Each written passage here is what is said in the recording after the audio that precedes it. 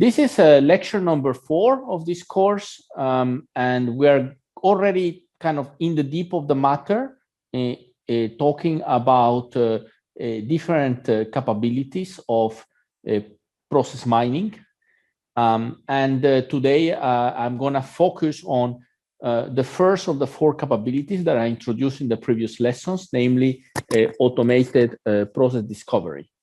We are kind of like in the middle of the course. This is one of 4 lessons we're going to have about these 4 capabilities, basic capabilities of process mining: automated process discovery, conformance checking, performance mining, and analysis of process variants. And then we're going to move into some further, more advanced topics. There's going to be a homework that I will release today and that will be due in 2 weeks' time. I will discuss that homework during the practice session tomorrow. So we are here at the top. The goal, the main gist of automated process discovery is that given an event log with the minimum requirements that I introduced in the previous lessons, we are able to explore the corresponding process by means of visualizations based on process maps or process models. And that is what we're going to dig deep into today. The basic visualization that you will find that process mining will provide you is the so-called DFG, or directly follows graph, also known as a process map. A process map, I will call it hereafter, is a graph, a very simple boxes and arrows graph, where every node in the graph represents an activity that appears in your event log, and every there is one special node called the start node. Usually has is marked with a play button, and there is a node towards the end that is marked with a stop button, and that means the end node. And every edge represents a directly follows relation, which means in at least one case in the process, usually in many cases in the process, I saw the source activity right before the target activity. In other words, the target activity occurred right after the source activity. Let me highlight it in the slide to make it very clear. This arc means that in at least one case, analyzed effect occurred right after register. There are 2 special types of arcs in a directly follows graph. The ones that come from the start event to an activity means that sometimes this activity is the first one in the process. And if an arc goes from an activity to the end node, it means that there are some cases where that activity is the final activity in its corresponding trace.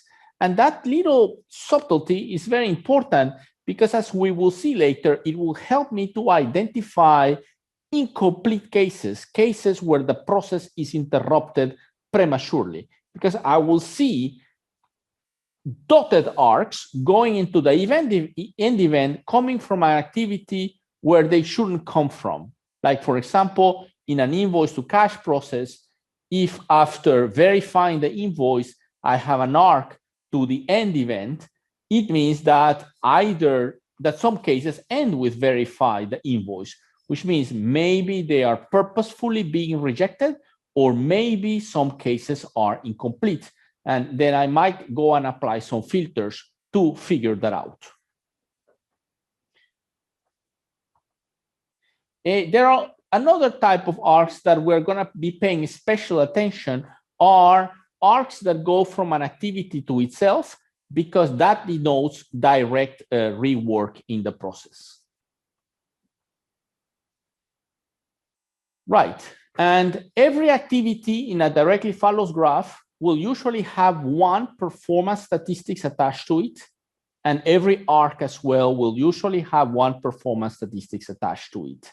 Usually the performance statistics attached to an activity or to an arc is the case frequency, we call it, which is the number of cases where that activity occurs, or the number of cases where a directly follows relation occurs. So for example, this 1,104 in register indicates that this activity was performed 1,104 times, and this 1,104 times here means that after register, the next activity I saw was analyzed defect in 1,104 cases. But we will see later that the nodes in a process map may be overlaid, we call it, with frequency information. But when we get to the topic of performance mining, we will see that we can also overlay or color code the nodes in a process map using different types of statistics: maximum frequency of occurrence of an activity in a case, minimum frequency of occurrence of an activity in a case, duration of an activity, meaning processing time or waiting times in the case of the arcs, etc. And different tools will give us different possibilities of overlaying different types of performance statistics on top of a process map. Process maps are very central in the field of process mining, so it's kind of very important to deeply understand their meaning. And to do that, I'm going to show you how you construct a process map of an event log.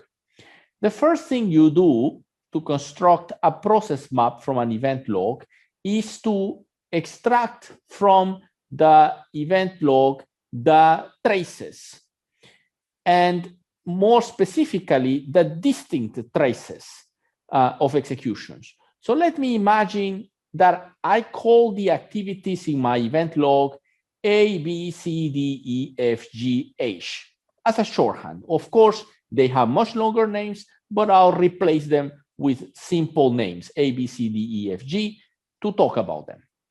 I will then look at every case in the log, and I will look at the sequence of activity. I will sort the events in a case from the one with the lowest start timestamp or end timestamp to the one with the highest start timestamp or end timestamp.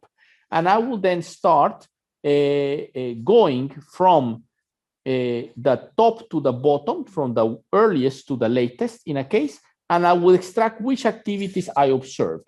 Let me assume that in one of the cases, I saw the sequence of activities A, B, C, G, E, H. That was the sequence of activities I observed. And by the way, let me assume that there are 5 cases in the event log that follow exactly the same pathway, exactly the same sequence of activities. So I will attach to every distinct trace, we also call it a case variant, I will attach a number next to it to recall how many times have I seen this specific case variant in the log. So in this abstraction, an event log is represented by means of a collection of case variants. Here I have 5 case variants, A, B, C, G, E, H, A, B, C, F, G, H, A, B, D, G, E, H, and A, B, D, E, G, H. The first one occurs 5 times, meaning there are 5 cases that follow the first pathway, 4 that follow the second pathway, 3 follow the third pathway, and 3 follow the fourth pathway. So assume that was the input log after abstracting away the activity names and grouping identifying the case variants and how many times every case variant occurs. We call that the case variant abstraction in the field of process mining. So assume I have that, then to construct an event log, a process map, what I do is that I start traversing these case variants from left to right. I take the first case variant and I go from left to right, and I say from A, I go to B, from B, I go to C, from G, I go to E, then to H, G, and then from G to E, and from E to H. And so far, and I represent it as a graph. I represent the first trace variant as a graph. Very simple. This trace variant was very simple. It just was completely linear. And every one of these, and this trace variant, this case variant, sorry, occurs 5 times. So I'm going to say that every one of the directly follows relation, so far I have seen it in 5 cases. That's why I write 5 in every arc. Then I move to the second trace variant. And that trace variant starts like the first one. So from A, I go to B. And to capture that, I will add +4 to the frequency of the first directly follows relation. Then from B, I go to C, same as in the first of the case variants. So I will add +4 to the frequency. But hey, from C, I don't go to G. I go rather to an activity called F, which is a new activity. So I will create that node in the directly follows graph and in the process map. And I will go from C to F. I will draw a line and I will say that directly follows relation. I have only seen it 4 times so far. So I will annotate it with a 4 because in the first case variant, I didn't see it. And from F, I will move to G because that's the next activity in the second case variant. And from G, I will move to H because that's the second activity in this. That's the last activity in this trace variant. And that last directly follows relation, I didn't see it in the first trace, so I add a plus. I label it with a 4. Then I move to the third trace case variant in my process, which starts with AB as the previous one. So I will add +3 to the frequency of the directly follows relation from A to B.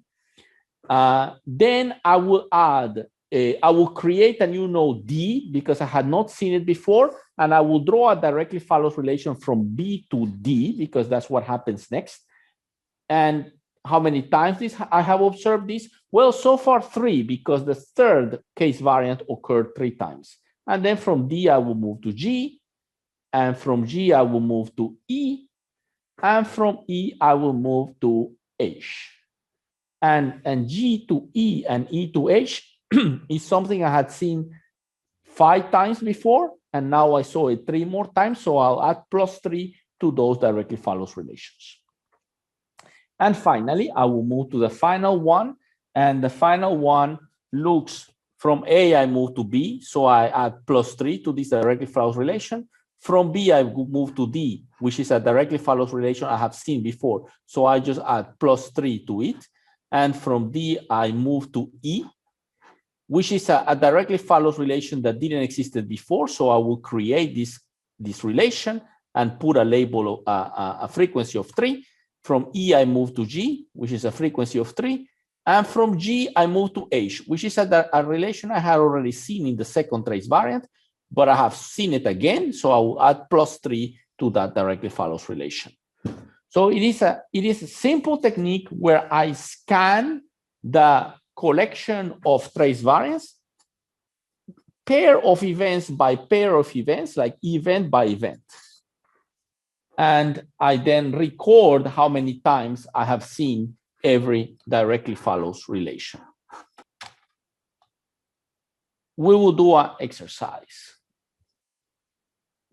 Let's draw the process map of the following event log. And please note that the log is displayed here in 2 columns for the simple reason that the shape of the slide makes it impossible or inconvenient to display it in a single column.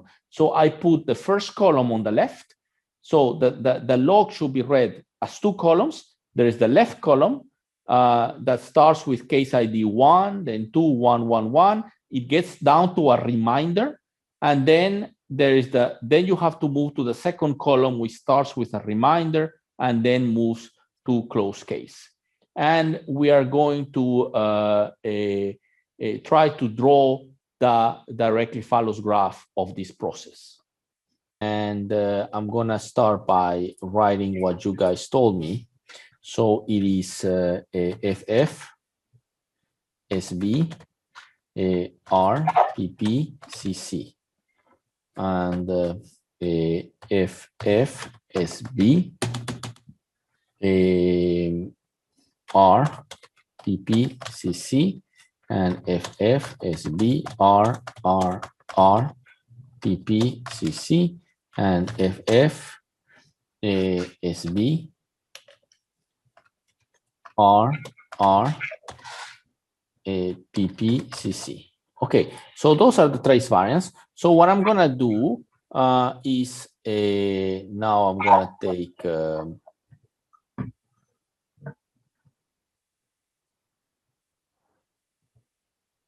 interesting. How do I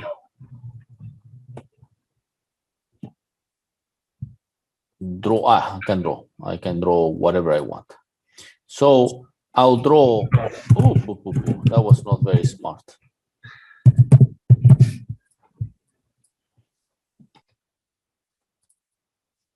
So I'll draw the initial node.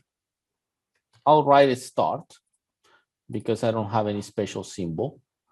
And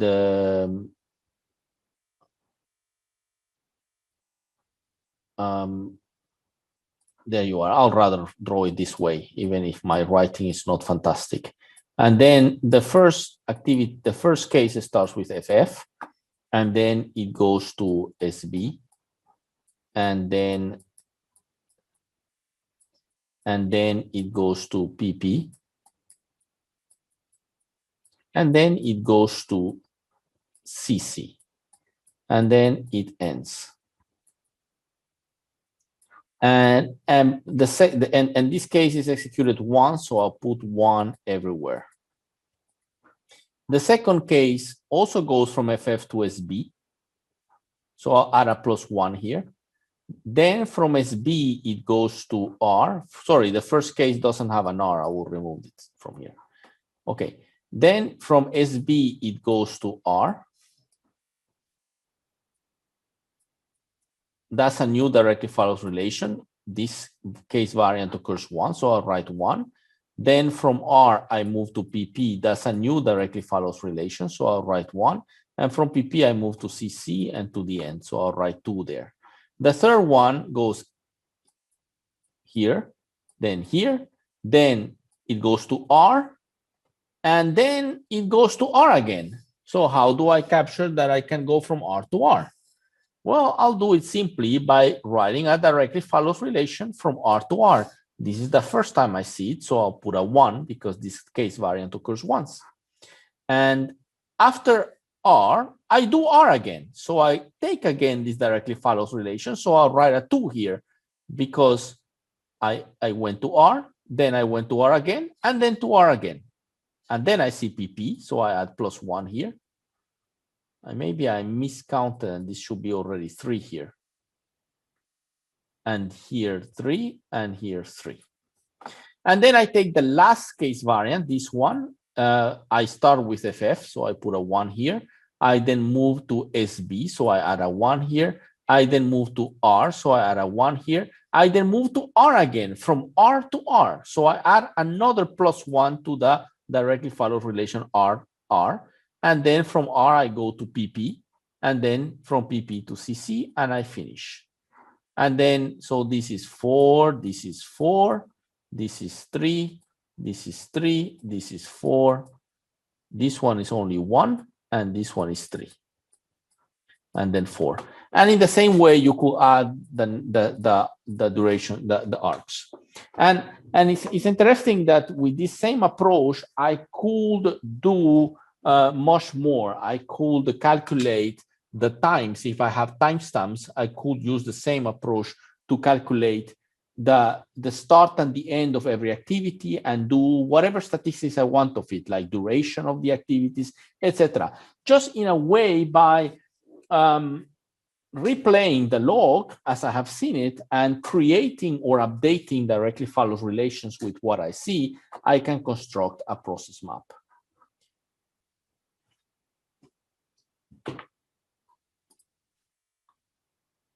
So to recap, the way we will capture this kind of process maps we will construct them is by listing every case, what is the sequence of activities I see, we can then replay, go through case by case and create the corresponding directly follows relations.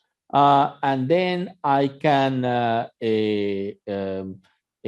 determine how many times I have traversed every directly follows relation, and I end up with a process map like this one.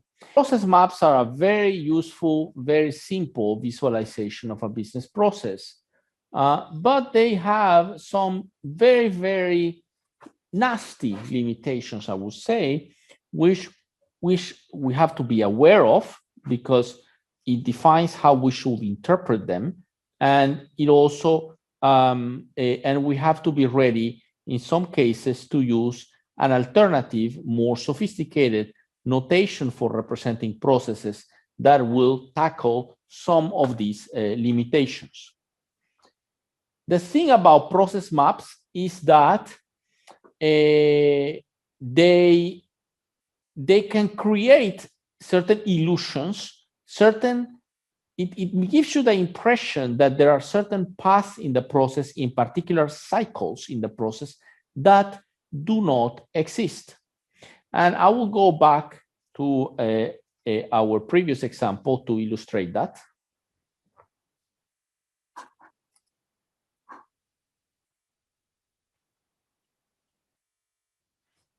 We had constructed this directly follows graph out of this event log.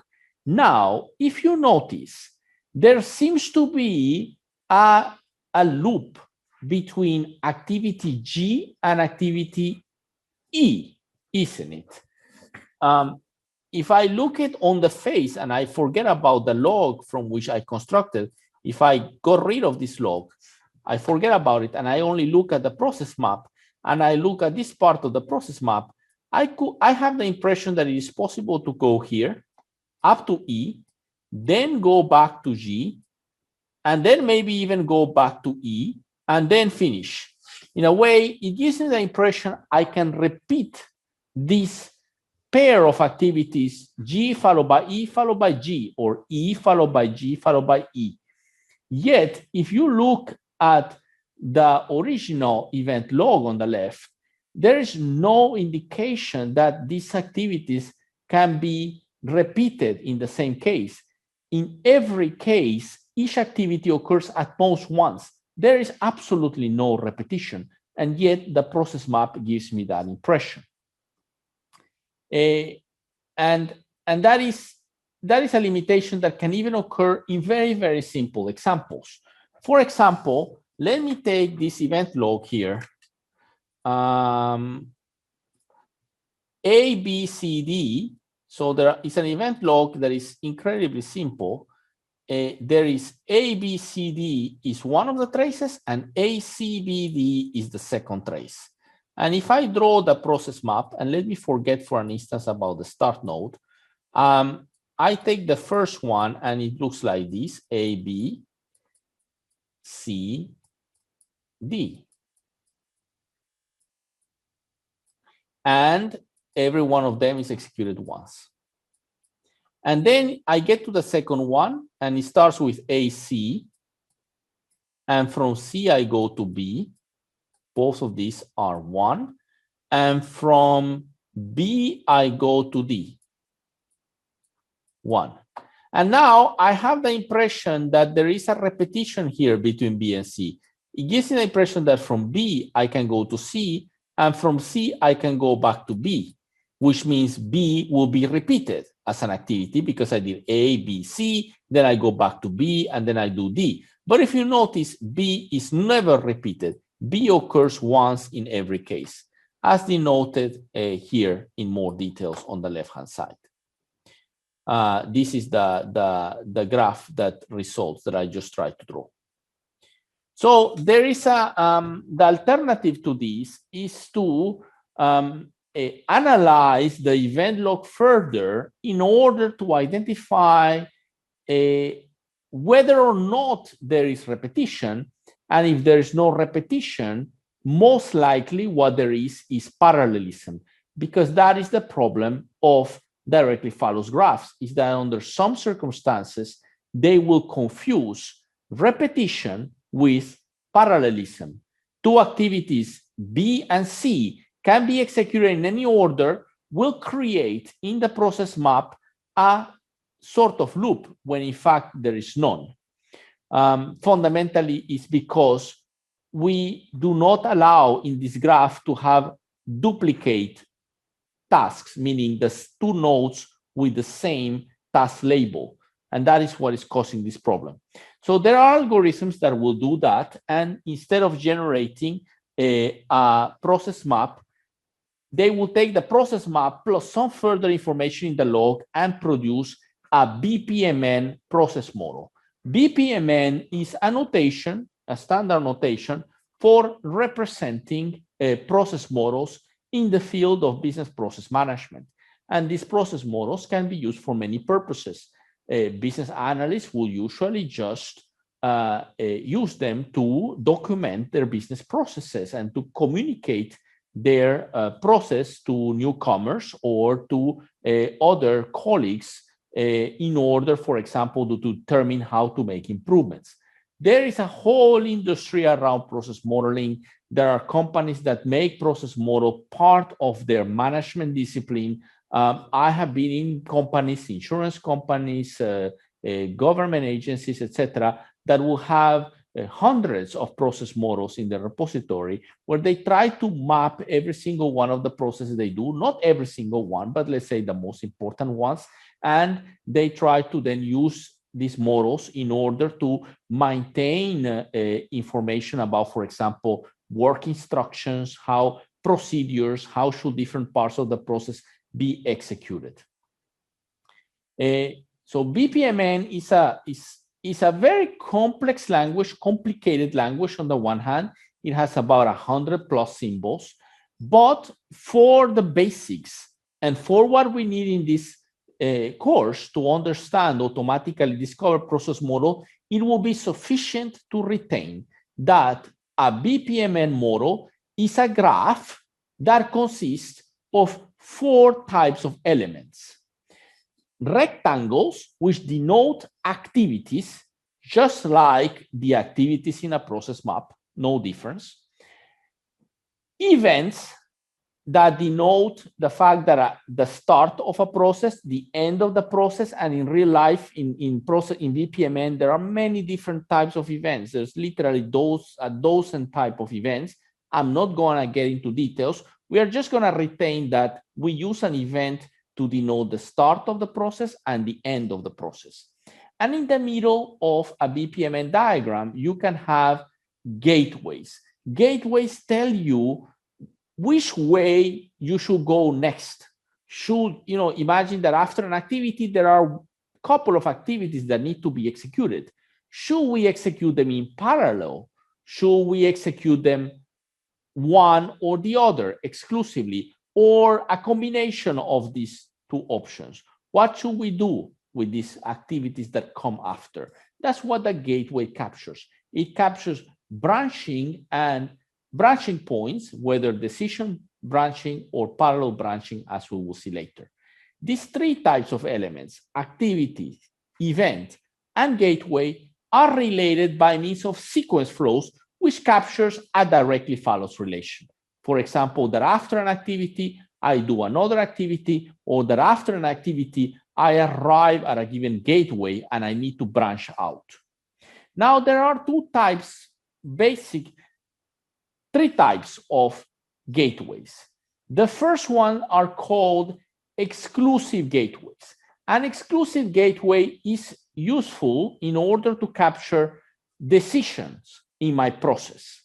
So, for example, if I want to say that there is a point in the process where a decision is made, sometimes I go left and sometimes I go right, I will use an XOR split, also called as a decision gateway in BPMN, the one in the middle of this slide.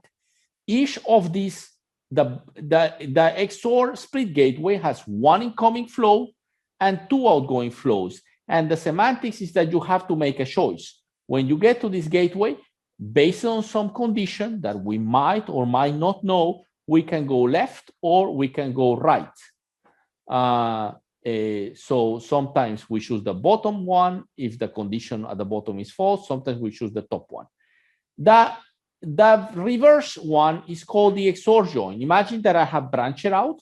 At some point in time, I merge back. And that is captured by means of an XOR join gateway, the gateway at the bottom. It's an exclusive gateway that has 2 incoming arcs and 1 outgoing arc. And the semantics is that you might receive a token from the left, meaning that the execution might come from the top part or from the bottom part. It doesn't matter. We will continue straight in front of us. Here is an example. Imagine that when I receive an invoice, I make a check. I verify the invoice to see if we have to pay it, if the invoice is correct, are all the details included, can I find the corresponding purchase order? And based on that verification that we do initially, there are 3 possibilities. Possibility number 1, we might have to pay the invoice. That's the normal thing. We call it to post the invoice, meaning we mark it as ready to be paid.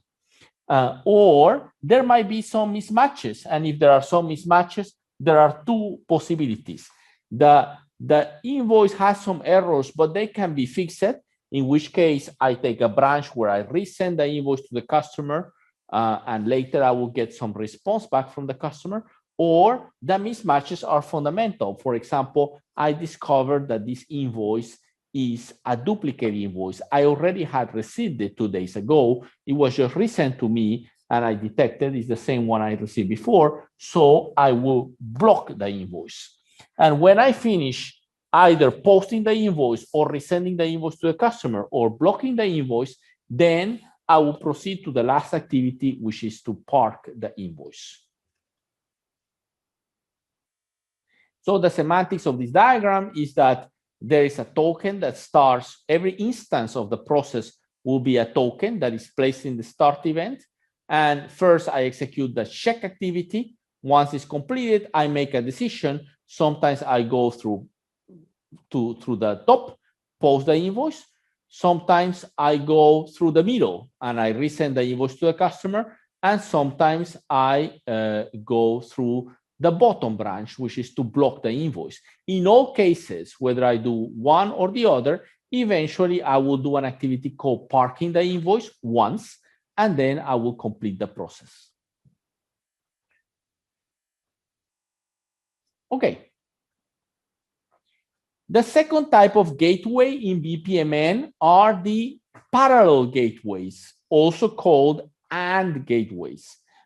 An AND gateway or parallel gateway tells me that when I reach a certain point, I will execute 2 branches of my process in parallel, or vice versa, that when I reach a point from multiple branches, I will wait for all those branches to be completed before moving into the next activity. That's the bottom case. So the AND gateways, in the same way as the XOR gateways, come in 2 flavors. The split gateway receives 1 token and effectively generates 2 tokens, denoting the fact that these 2 branches will be executed in parallel. And the parallel join gateway at the bottom here expects to receive tokens from both of its incoming branches. And when it does, it produces 1 token in its outgoing branch. Therefore, it does a synchronization of multiple parallel branches. Look at the example at the top, the parallel gate, the example at the bottom. The parallel gateway has received a token on its left branch, which indicates that the top branch has been completed, but the bottom branch has not been completed. So the AND gateway will get stuck, and it will wait for eternity plus 1 day if it needs, until it receives a token in the bottom branch. And when it has both tokens, meaning both branches have completed, it synchronizes and it produces a token in the outgoing branch. And then the process continues into whatever activity comes after that. An example, when I go through security at an airport, I first have to go to the security check booth, and then I have to go. I put the bag in a conveyor belt, and I have to go through a screening myself, through some screening machines, and in parallel, my bag is going through the conveyor belts. And at the end, when I have completed when the police has completed the check on me and the check on my bag, we synchronize and we proceed. The semantics of the AND gateway is such that when it receives an incoming token from one of its from its incoming branch, it will produce two tokens out. So the two activities I mentioned before, going through the personal security screen and through the luggage screening, are going to proceed in parallel in their own way. Eventually, both tokens will arrive to the AND join, and then whenever both tokens have arrived, then the AND gateway will basically eat them both and produce one outgoing token, which is to proceed to the security gate. In some situations, we need something in between an XOR gateway and an AND gateway. Let me give you an example. There is a company that receives purchase orders from different customers, which are other businesses, like this is a wholesaler. And the company has two warehouses. And these warehouses, located in Amsterdam and in Hamburg, they store two different products, two different types of products. So some products are in Amsterdam and some products are in Hamburg. When a purchase order arrives, it is classified and distributed across these warehouses. If in a purchase order, I will typically include multiple line items, which correspond to different, let me just check the question.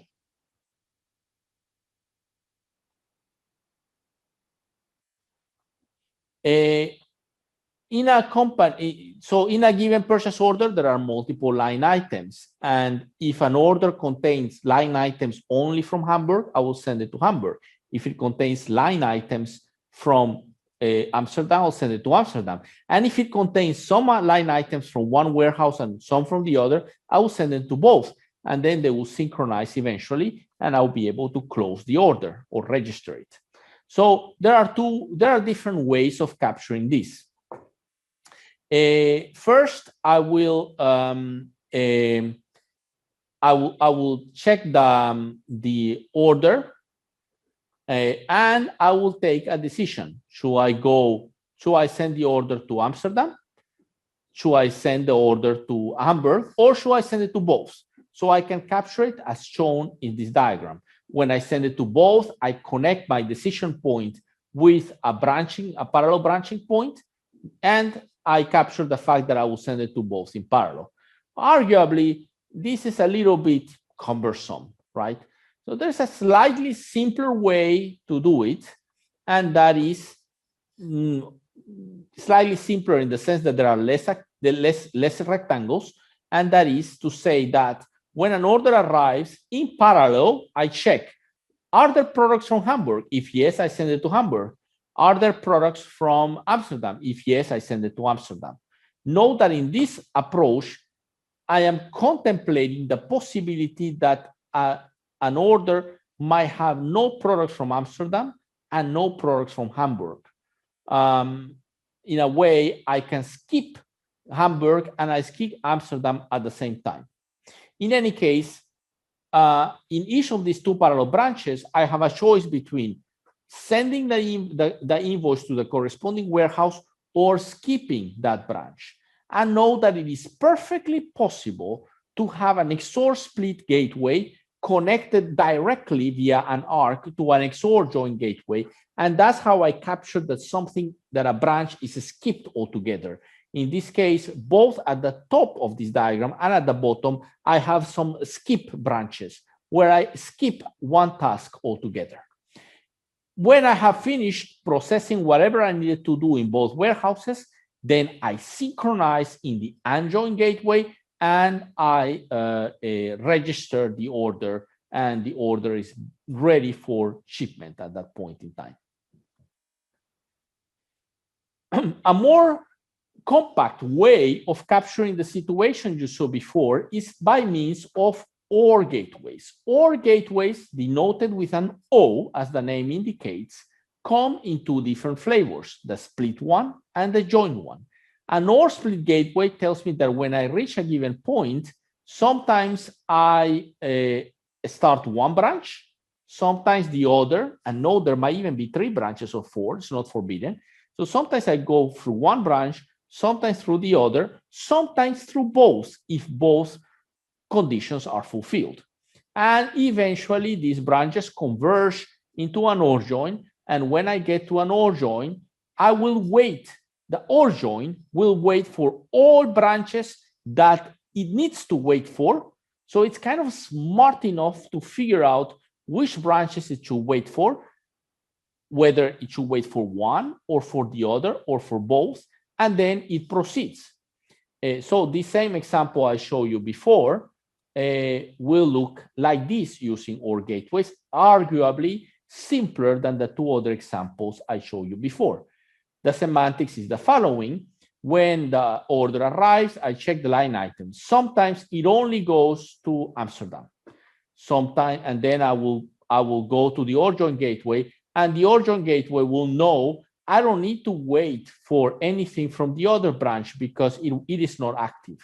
Sometimes I will go right and through the bottom, and the OR join will know I didn't take the top branch, so I will not wait for it. And sometimes I take both branches, and the OR join gateway is going to wait for both to complete, which and then it will synchronize them just like the AND gateway will do it. You might ask me, why is it that I don't use OR join gateways everywhere? Well, it's because I always try to communicate more information if I can. So if I have a scenario where I should use a plus gateway, I will use a plus gateway. If there is a scenario where what is needed is an XOR gateway, I will use an XOR gateway. And if there is a scenario where I need an OR gateway, I will use an OR gateway, because that gives more semantics that allows the user, by reader, to understand whether this is a synchronization point or a merge point of 2 alternative branches or a combination of both. So I'll always try to put the right gateway everywhere, the one that is more specifically suited for each circumstance. Let me give you a quick exercise. In this example, I have called the activities A, B, C, D, E, F for convenience. Note, it is a process model that has 2 end events, and that is perfectly possible. A process model can have 2 end events. You can rewrite it very easily into a process model that only has 1 end event by drawing an arc, in this case, from task E straight to the end event that is after task F. So the fact that I have 2 end gateways and end nodes is just a convenience. You could turn them into, you could merge them into a single join.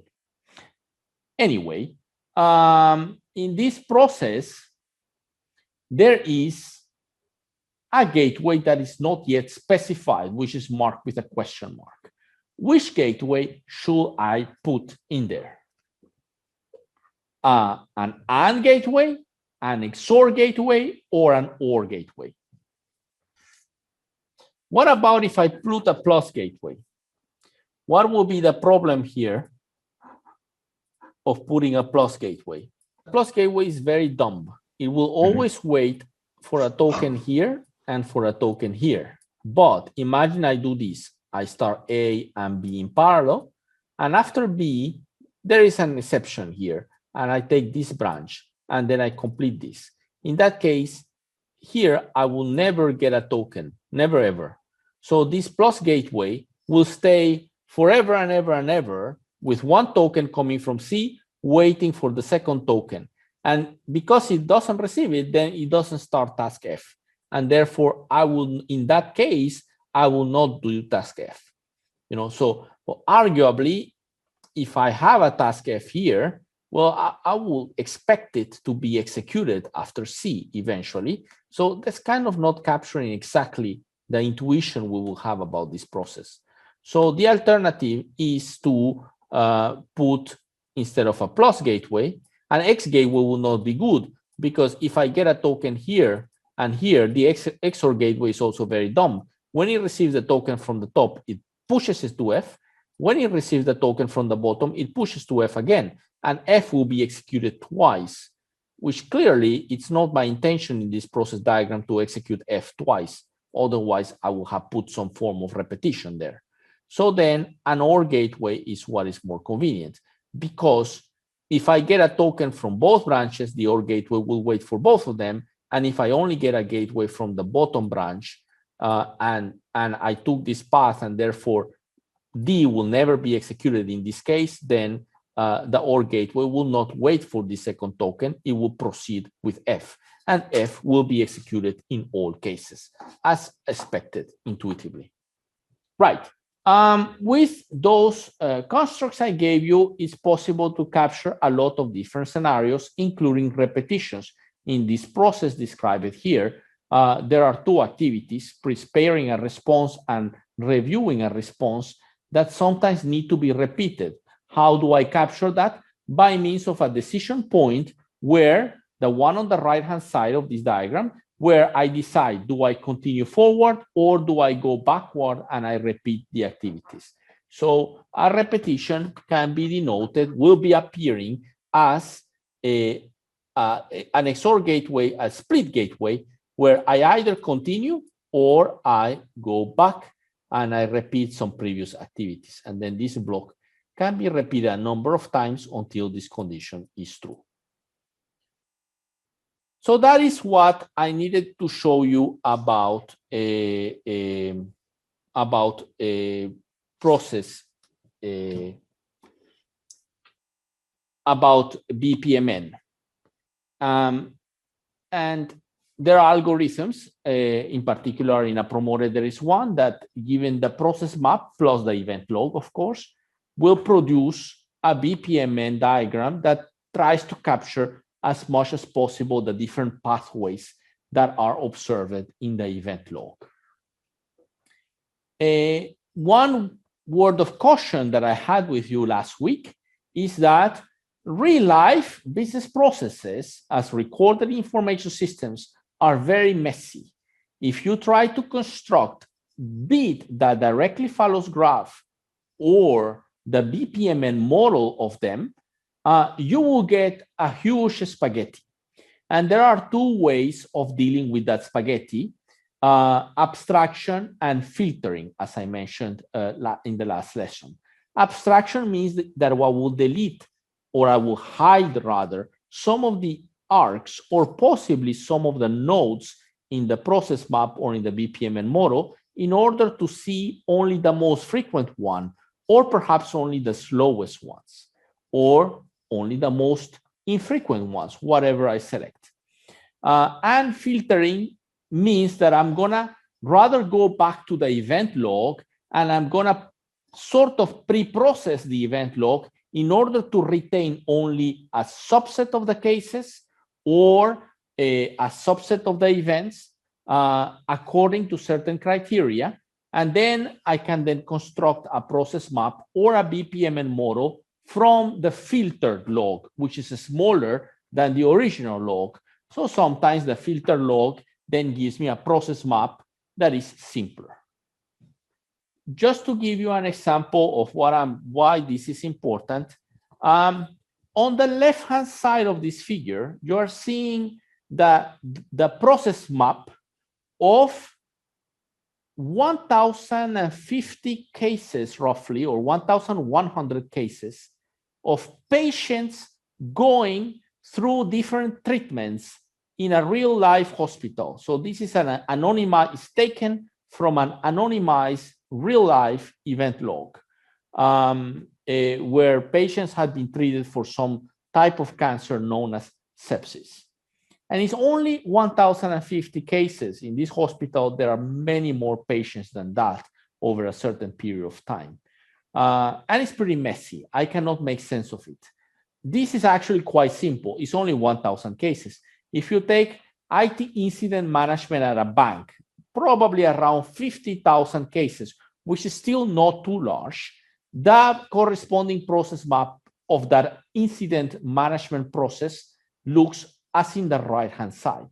It's pretty useless as a tool for visual interactive exploration of your process, which is the whole purpose of automated process discovery. So we need to use abstraction. And as I will show, you sometimes need to use abstraction and also filtering, and sometimes switch to the BPMN perspective and sometimes repeat again until you get something that is at the same time readable and that allows you to extract some insights about your process.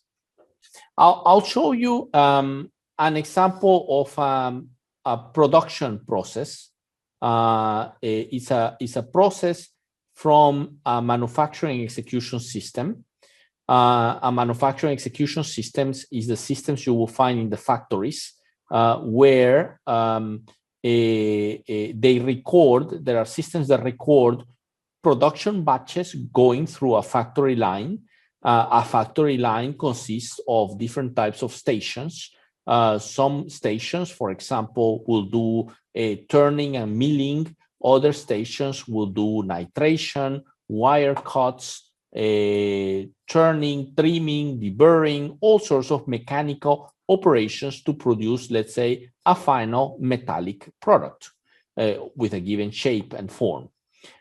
If you saw the arc slider here is set to 10%. If you try to see 100% of it, you will get a pretty big enchilada. I do not know why I'm having problems. I think my, here it is. Okay, so this is how the full process map would look like. It's kind of impossible to understand it. So I need to use the abstraction sliders to retain, for example, only the arcs with the highest frequency.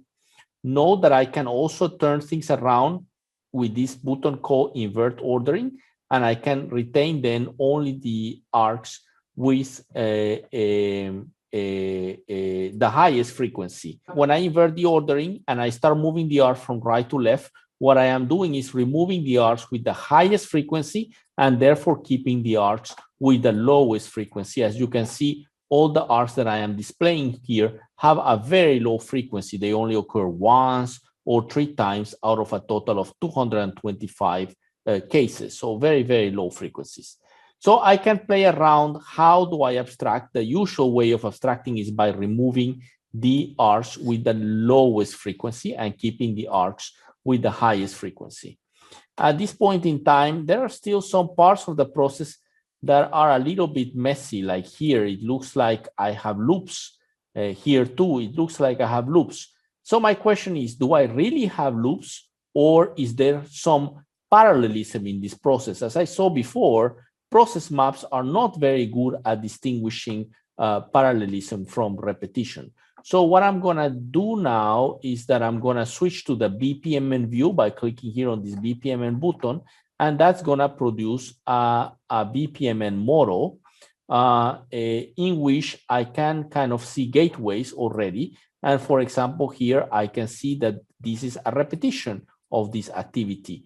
I come here, then I do turning and milling, and sometimes I move forward, sometimes I repeat this activity. So repetition is kind of more visible in this view. If I move this parallelism slider to 100%, the tool will try to find any parallelism that might be present in this model. Turns out that this is a production process, and in a production process, things kind of are quite serial, so there is not a lot of parallelism. Sometimes there is. I can see a plus gateway here, but only in some very specific cases. Let me take a process where things can happen in different orders, so there is kind of some form of parallelism in them. I'll take this process of treatment of patients at a hospital. I cannot see it at 100%. I try to see if I can see that 50% is still messy. Let me try 35% of arcs. It kind of is readable, but there is a little bit of messiness here. you see there are some loops, short loops, we call them here, some loops between these two activities and some loops between these two activities. And I have a question. Is this repetition or is this parallelism? So I will switch to the BPMN view, and then I will see that indeed there is parallelism in here. When I reach this, here I have a decision point. Sometimes I go to IV antibiotics and I continue. Sometimes in parallel, I do two branches. The branch with CRP, and sometimes this branch gets, this activity CRP gets repeated. And sometimes I do a leukocytes test. This is a type of test that is done to patients. And sometimes this leukocytes test is repeated multiple times. And it's a little bit, it gets even a little bit messier than that. I progress, and then sometimes I come back and I repeat my leukocytes, etc. And eventually all these branches converge into an OR join. And after this OR join, I have lactic acids, and then I have IV liquid and admission NC. Then it converges with a branch that came from the bottom, and the patient is released with a release of type A. And eventually the patient will, sometimes patients will return to the emergency room. So with the BPMN view, I can see a little bit more details about the difference between XOR and ANDs. Arguably, however, it's a little bit, it requires a little bit more effort to read through it, because you have to be kind of figuring out how the splits and the joins are pairing with each other to really understand it. So sometimes I find it very useful to try to see the process with the process map view first. And when I detect that there are some messy parts like here where pairs of activities are connected with each other, then I switch to the BPMN view, and then I get a complementary perspective of my process. And I find both visualizations to be useful in their own way. Sometimes it's not enough, even using abstraction, to see the details of your process. In addition, whenever you abstract, it means that you have deleted some, or you have hidden some of the directly follows relations in your process. And therefore, you are not seeing everything. So it can make sense to combine abstraction with filtering. Filtering, for which there is a specific functionality in the process mining tool, means that you are gonna remove from the log certain cases in order to retain other cases. And there are, you will see different kinds of filters. There are case variant filters that allows you to retain only the most frequent pathways or case variants in your process. Rarely used, but sometimes useful. There is a case ID filter where you can retain only the cases, for example, for certain patients, and not the other cases. Attribute filters that allows you to retain all the cases where a certain activity, for example, activity amend purchase order occurred, or you can even retain all those cases where activity amend purchase order was performed by a certain person, say Jane. There are time frame filters. There is all sorts of filters. It's not worth that I kind of go through each of them. We are going to be encountering them in the examples and exercises as we go along different topics in the course. Very important, though, is to distinguish case filters, which remove entire cases, from event filters, which surgically remove certain events inside each case, but do not remove generally entire cases. So when you have, for example, some events that are not interesting, for example, events corresponding to tasks that are performed by a system automatically are not interesting for your analysis, then you can create a filter and go and remove all those events that are performed automatically by a system, and hence only retain those activities that are performed manually. You don't want to remove any case. You only want within each case to remove those events corresponding to automatic activities. I guess I have introduced quite a lot of stuff today, and it is a little bit daunting. When you have an event log, you might ask me, so Marlon, what do I do first, right? And I could tell you, well, roughly, you know, you open the entire log, you play with the abstraction slider. When you get the right abstraction, switch to the BPMN view, apply some filters. And there are other tricks like switching perspectives to try to see things from other columns in the event log, not just the activities, etc. To capture that procedure for modeling, for analyzing event log using a automated process discovery technique, I offer you what I call the automated process discovery analysis template. It's a single table, 4 sections that contain typical analysis that you will want to do. On the left-hand side is what are the analyses that you might want to do with an event log, and on the right-hand side is how to do them. So the first thing you do when you get an event log and you want to explore it, uses process mining, is to do what we call flow analysis. You want to look at the structure of the process and the main case variance. You want to identify if there is any parallelism, branching points, and rework. And you want to analyze if there are some cases that finish earlier than they should or that are incomplete. Once you have done whatever you can with flow analysis, you start using filters. You start looking at different slices or components of your process separately from each other. For that, you will apply filters and you will go back to the process map and start exploring. For example, only the cases corresponding to patients that return from the emergency rooms, and separately those cases where the patient did not return. Or maybe you want to analyze those cases for patients that have an age greater than 60, and separately you want to analyze the patients whose age is less than 60. Then you will analyze the frequency. You will try to figure out what are the activities that are most often performed. What are the pathways that are most often followed in your process?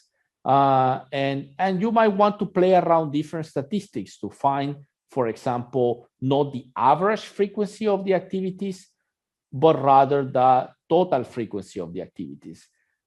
And very interesting is to switch perspectives at the end. So don't only look at the process from the perspective of the activity. In Apromore and other tools, you can change the perspective and look at the process from the perspective of the workers, the resource, and their handoffs, who gives work to whom. And that can give a very instructive complementary perspective into your process. On the right-hand side, I describe how to do this using a process mining tool such as Apromore.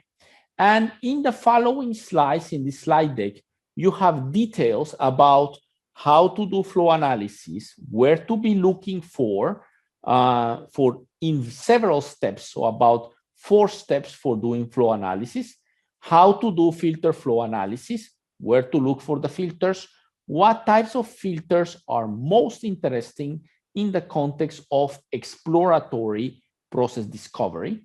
And you will find some details about how to analyze the most frequent pathways in the process, and how to, why and how you should analyze handoffs between resources in a process.